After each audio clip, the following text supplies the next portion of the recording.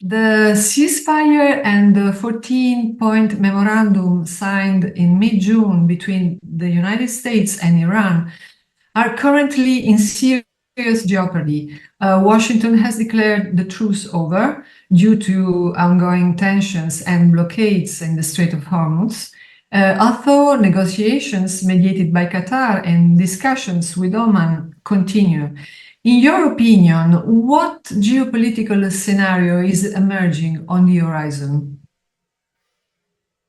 I think, as we've discussed, from the second day of this stupid war of aggression by Israel and the United States on Iran, in other words, the day after February 28th, after the U.S. and Israel had killed Iran's supreme leader and killed much of its government, um, it was clear that this was a failed venture. It didn't take weeks or months because the whole idea was that you'd kill the supreme leader and the people of Iran would rise up and overthrow the government, and Donald Trump would appoint the next leader of Iran, and we'd all live happily ever after. And that was the fairy tale that Trump and Netanyahu believed. And it's just the grossest ignorance, uh, recklessness, foolishness, lawlessness, gangsterism, period. In other words, I don't like it. I think the whole thing was crazy. And I bemoan the fact that European leaders, by and large, don't have the guts or the smarts to say, this is bullshit, which it was. This was not complicated. You just don't launch wars of aggression this way. And you don't launch them, even as illegal and immoral as they are. If you're going to launch them, you expect that you accomplish something, not something so stupid that you kill a lot of people, you kill a lot of schoolgirls, you kill the leaders of the country, and you accomplish nothing because you don't have the means to defeat this adversary, because the adversary has the means to create huge harm to you. Closing the Strait of Hormuz was the most visible sign of that, but basically bombing all the U.S. military bases along the Persian Gulf was the first thing that Iran did. And Iran has the capacity to create massive harm for the state of Israel because Israel does not have the supposed Iron Dome to keep Iran's hypersonic missiles out. So this was clear from the second day. The people didn't rise up to overthrow their government. They rose up in anger and consternation that their leader had been brutally murdered by Trump and Netanyahu. You know, we wouldn't like it if some other country did the same to us. We don't do a very good job of empathy, which means putting yourself in the position of someone else. But it turned out the Iranian people, based on the things we've talked about, is a proud civilization of 5,000 years. And it's not going to fall into the hands of a dolt like Donald Trump. So it didn't. And since then, the U.S. can create a lot of killing and a lot of damage, but then Iran can create a lot of killing and a lot of damage and a lot of wreckage to the world economy. So this has been the situation. And it's been clear from the second day that this war needs to stop because it can't have a positive outcome. The U.S. can't win this war militarily because to quote, win this war would mean also the destruction of the rest of the Middle East because Iran is capable of that. Even if it were ultimately defeated, the damage that would be caused beforehand is monumentally large. And so the fighting had to stop. But the problem, as I've seen it all along, is the U.S. as a government and Donald Trump as the individual incompetent president that he is, can't reach a formal agreement which makes the U.S. look anything less than all powerful. Because that's the state of mind of the American empire, that it can never show any kind of weakness. It can never really agree to anything. It could never agree to the Strait of Hormuz being under the management of Iran. No, that has to be denied. It can't agree that Iran has deterrence. It can't agree that Iran doesn't simply follow the U.S. dictate. So I've said all along, forget agreements because there can't be an agreement. There can't be an agreement because Iran will not be defeated. It will not agree to U.S. terms, and the U.S. will never formally agree to anything less than complete control because that's the imperial mentality. The imperial mentality is I control everything because I'm all powerful. And so this is where we are, Miriam, that every few days or weeks you get a flare up again because the US can't abide by an agreement that it reaches. And it immediately has to show we don't have to do what you say. Remember when the first ceasefire was put in place and then Israel invaded Lebanon and continued bombing Lebanon, and the Iranians said, but this was part of the agreement that that would stop. The U.S. wouldn't say honestly that it was part of the agreement, though the mediators in Pakistan said, of course it's part of the agreement. The United States could not admit the truth on this. And so what did Trump do? He added a blockade to the Iranian closure of the Strait of Hormuz. Instead of enforcing the ceasefire agreement, the United States had to look like it was in complete control. And that's where we are now. I don't know exactly what started the shooting this time, but there's so many violations of the agreement and no honesty of the U.S. and certainly not an iota of desire of Israel to allow this agreement to actually stick, that I have said for weeks and weeks, forget the agreement, just stop the fighting, just go home, don't sign anything.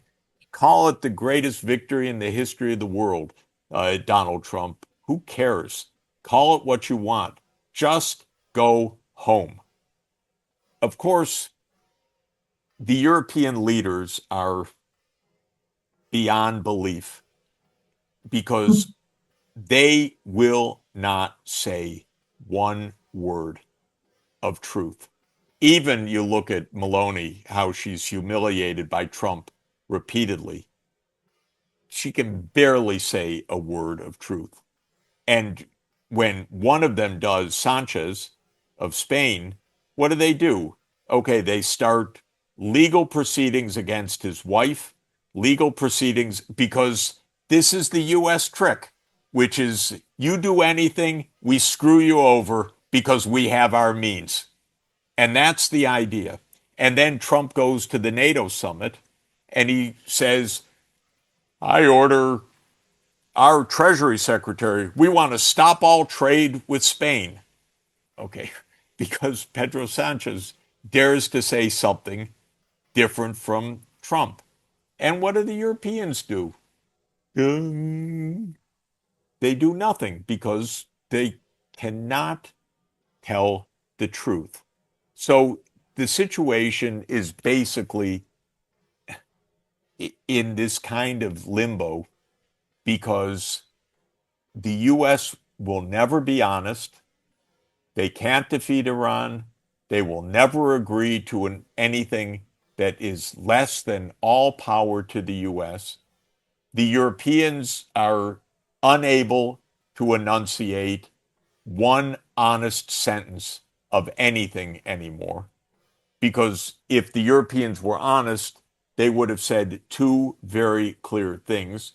One, that all of this resulted from the fact that the United States, Trump, ripped up the agreement with Iran back in 2018, and no European leader even says anything like that. And second, they would have said that this is a blatant war of aggression by Israel and the United States, and it's unacceptable. Okay, anyway, I know I'm dreaming, but I'm still hoping for the decency of somebody in this political class to show. So we're probably going to bounce around with violence, with these continued hits, with the people being killed. It's like the situation all through Gaza and the West Bank. Every day, people are killed. This becomes the norm. The norm is war. And that's because we don't have grown-ups who understand how to make peace. Well, Professor Sachs, And you're and not. and and Miriam, when you're here and you see 2,500 years of Iranian civilization, it's all the more poignant. It really hurts because we should be we should be having this glorious uh, glorious exchange of culture, ideas, visits, tourism, and we're doing exactly, precisely the opposite of what we should be doing. By the way, I have to tell you one more thing before we Please go. conclude, which is an art discovery. Not it's not a discovery, just a personal discovery. Um, when we arrived in this place called Nukus, Uzbekistan. And I Mhm. admit I had never even heard of it before we arrived there. It's in the desert. It was our destination after crossing the border with Kazakhstan from Aktau. We're told there's a big art museum there. Oh, Okay, the Nukus Art Museum? I had not heard of it. And it's actually called the Igor Savitsky uh, Art Museum. And it exhibited in Italy in a couple of major shows in the last couple of years. And the story is absolutely unbelievable again. So, this is a place in the desert, and it was a place mainly for interest of archaeologists. And a group of archaeologists came to Nukus from the Soviet Union in the 1940s. And in that group was a very brilliant young artist named Igor Savitsky. And Igor Savitsky was a classically trained artist from Kiev and from Moscow. And he came from a very sophisticated background, and he was a very brilliant artist. And he went on this expedition with the archaeologists to Central Asia so that he could also paint in Central Asia and the people and the culture in Central Asia. And what happened was uh, he started collecting the art of avant-garde Russian artists from the 1920s and 1930s and 1940s whose work was banned by the Soviet government. And that, as people know, all forms of art other than socialist realism were prohibited. And the museums were told to destroy the Soviet art by these great Russian artists of the 1920s and 1930s and 1940s all over the Soviet Union. And what these museums did, and I did not know this story, they hid the art. Of course, they didn't destroy it. They hid it in caves, they hid it in basements. But what happened was Savitsky collected this from all over the Soviet Union he collected tens of thousands of artworks from all over the Soviet Union. And this collection in the desert has 100,000 pieces of Russian art from basically the first 60 years of the 20th century. And the art is brilliant. And it's incredibly fascinating, Miriam. I wish you were there to guide us, because these were Russian artists from, say, the 1910s and 1920s who went to Italy for their classical education, went to France for Impressionism, Post-Impressionism, Cubism, Picasso's classical period, and they came back to Russia to paint in this style.